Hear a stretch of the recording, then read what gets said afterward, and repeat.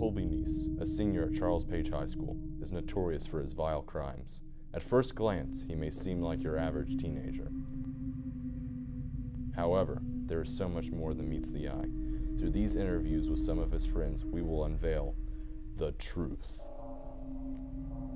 I always thought Colby was a normal guy. I mean, he's always been kind of weird, and I found out that he uses the bathroom. I even hear he brushes his teeth. Yeah, I know. But you didn't hear that from me. Seriously, dude? Some people can't stand the smell of those things. As we got further into our investigation, we realized that this monster, had to be stopped. So we decided to help his friends put together an intervention.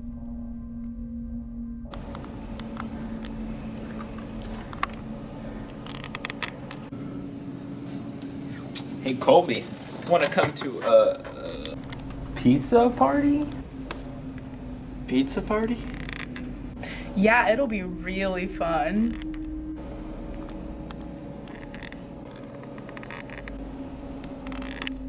Sure, let's go.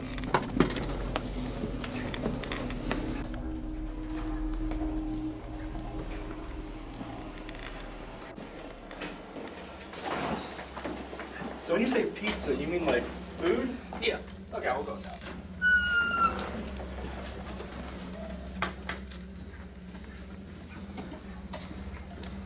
Sit down.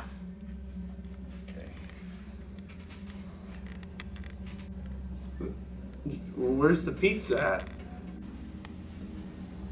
Buddy, you've got to stop. I don't know what you're talking about.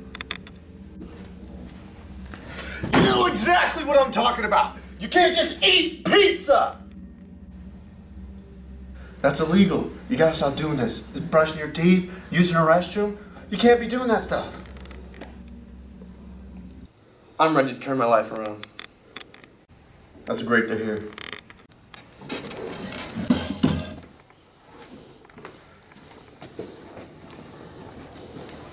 So does this mean I can't? Yeah. Later on, Colby went through rehab for his pizza addiction. He is now a changed man with a bright future. A really bright future. Seriously, can anybody turn the brightness down on this? Yeah, I heard that guy wears clothes. It's freaking disgusting. I mean, like, that's just so weird to do that. Who the heck does that? What do you mean that's not what you meant?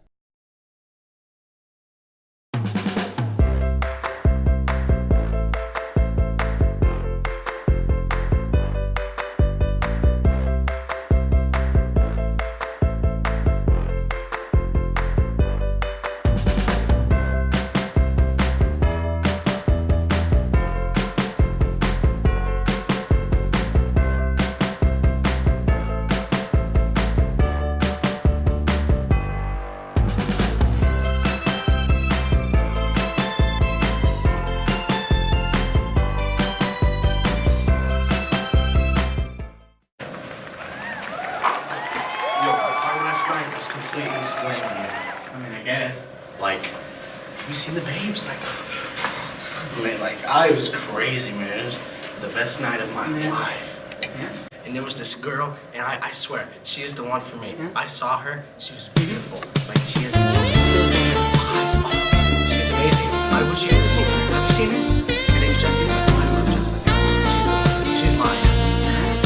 You know, hard to last night. Yo, dog. Who's nice? Yo, Tyler. Oh, what were you saying? Yo, man, you good? You just like spaced out on me like whack. Yeah, man, I just kind of lost my mind right now.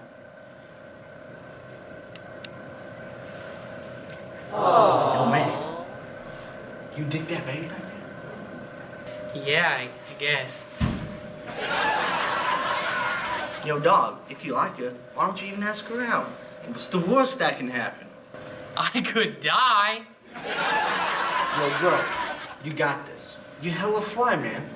Devin, I've never asked a girl out before. You see this, man? Hey, don't worry, bro. I got you back. Hey, man, why'd you call me here? Okay, I got this great plan for you, man. You know, see this? This is just the beginning. We're gonna get you that girl. The girl that you love. All right.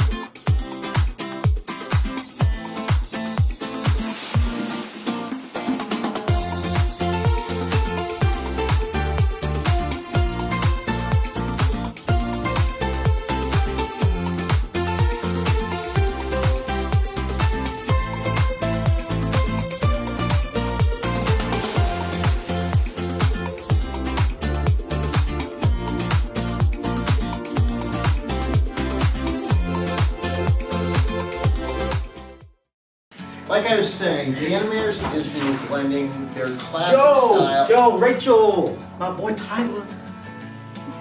You know, we're having class here. Peach, does it look like I care? My boy Tyler.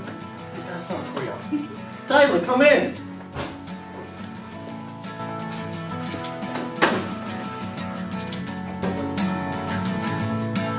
Rachel, will you go out with me? Yeah. Well, I guess it worked out in the end. I guess you're right.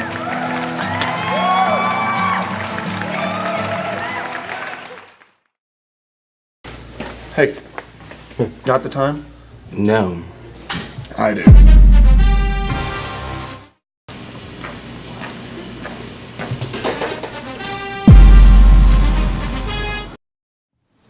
Take the footprint of Bigfoot. Multiply that by 26, 27. That's the length of the Loch Ness Monster. I think. You know, everyone always asks me, how can you prove the existence of Nessie? Well, that's easy. When I was a child, about 3 years old, I had a dream. The most vivid dream of my life. I was in the waters of Scotland, and I heard him say, "I'm here, Charlie." When I turned around, there he was, the Loch Ness Monster. When I woke up, I went to bed. I used to have a family, a wife and 2 little boys. But I never went on a quest for Nessie, and when I came back, they were gone. I think they moved to Ohio or something. I don't keep tabs on them anymore. I think my wife's an author.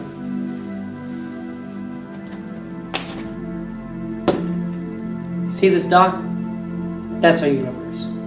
That's where all life as we know it exists. You, me, my grandma, and you guessed it, the Loch Ness Monster. He's in there. I just know it. Please donate to my Kickstarter to help spread the word about the Loch Ness Monster. Minimum donations are $200.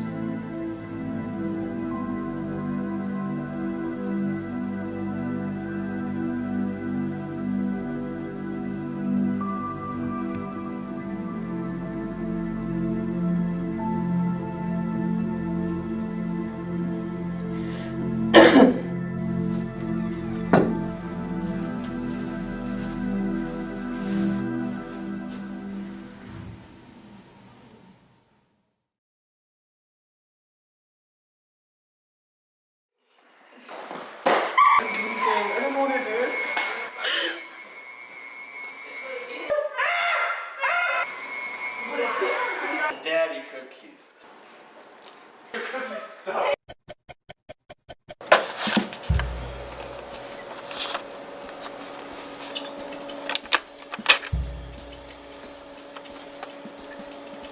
These cookies suck. I bet I can make something 100 times better than this. I bet I can make something 1,000,000 times better than this. I bet I could do better than both of you guys. You guys want to do a bake-off?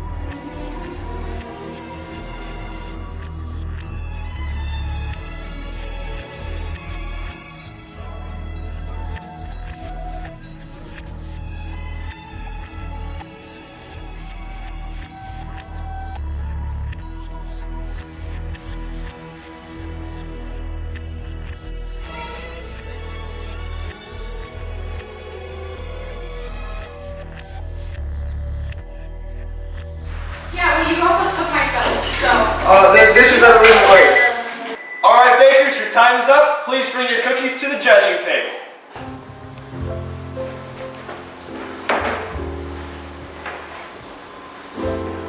All right, Izzy, tell us what you made for us today. I made Santa's trash. They're just kind of an everything cookie that I found a recipe. All right, let's dig in.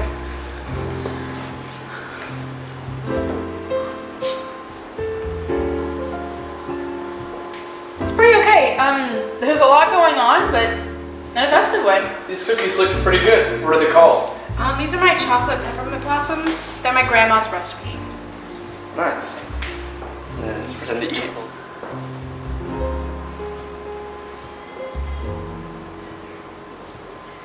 That was pretty good, I gotta say. I mean, personally, it's a little doughy for me, but it's a pretty well done cookie, in general. All right, Aaron, let's see what you made. So I basically perfected my great-great-grandma's sugar cookie recipe. All right.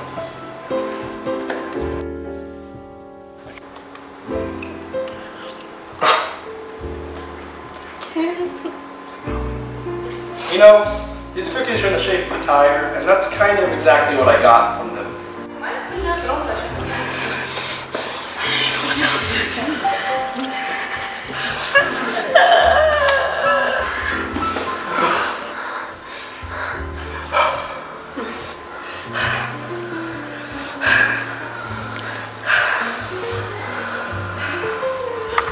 And the winner of the bake-off is Hannah. Congratulations. But her doughy!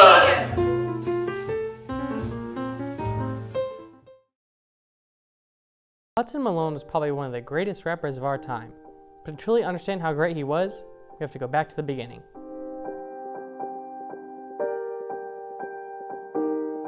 Malone was born of a poor farming family in rural Tennessee at the age of 3.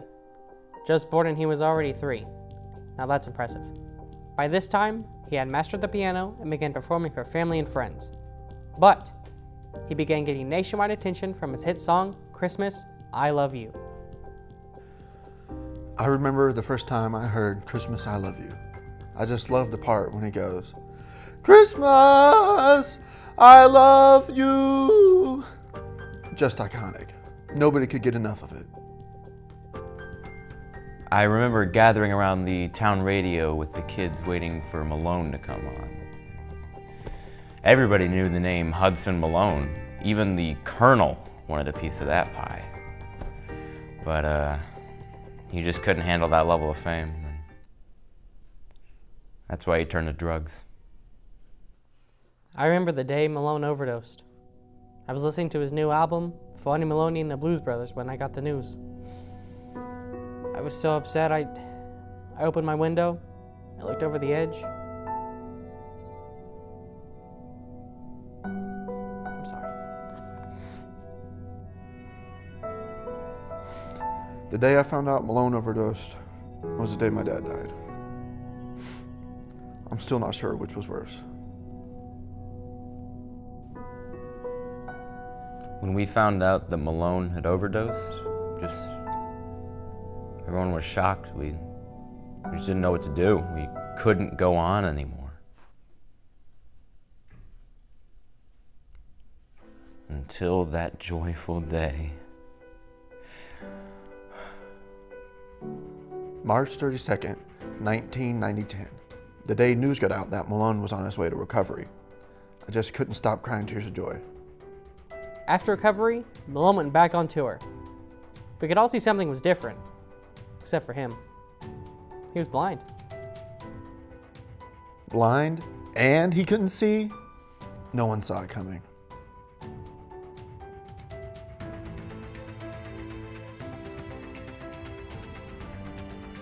You know, not many people know this, but Malone was the one who inspired Stevie Wonder to go blind. But he wasn't blind for long. Believe it or not, Malone had a degree in blind studies from Harvard University. And thankfully, he used his powers for good and cured blindness. Now, blinds like me can finally see, and I heard my daughter's voice for the very first time that day. Thanks to Malone curing blindness, they could finally euthanize my grandpa. No longer blind, Malone decided to use his abilities to help others. It was at that time he decided to save the rap game. Get it. I broke up with my ex-girl. Here's a number. What's that shit say? Psych! That's the wrong number! By this time, the rap game was at an all-time low. The rhymes were weak, the poses were a dime a dozen, and the Fresh Prince could only save us so many times. Now, the only way Malone could save the rap game is if he teamed up with someone as big as him. Who bigger than Tupac Shakur? Everyone knew Tupac. Who could forget his leading role on iCarly as Freddie Benson, the techie cameraman who couldn't stop rapping? I remember my first time seeing Tupac and Malone was Woodstock, 1969. Nearly 10 people showed up, and the whole thing was streamed on iCarly.com. Absolutely legendary. But a duo that fierce was bound to bring about rap beef. In comes Biggie. Now, Tupac and Biggie were just alike, both a part of acclaimed television shows for children, and both of them have the middle name Yancey. But it was through these similarities that the rap beef began. After a year on tour, the beef began to grow to exponential levels. A groupie on Biggie's side decided it was time to take action.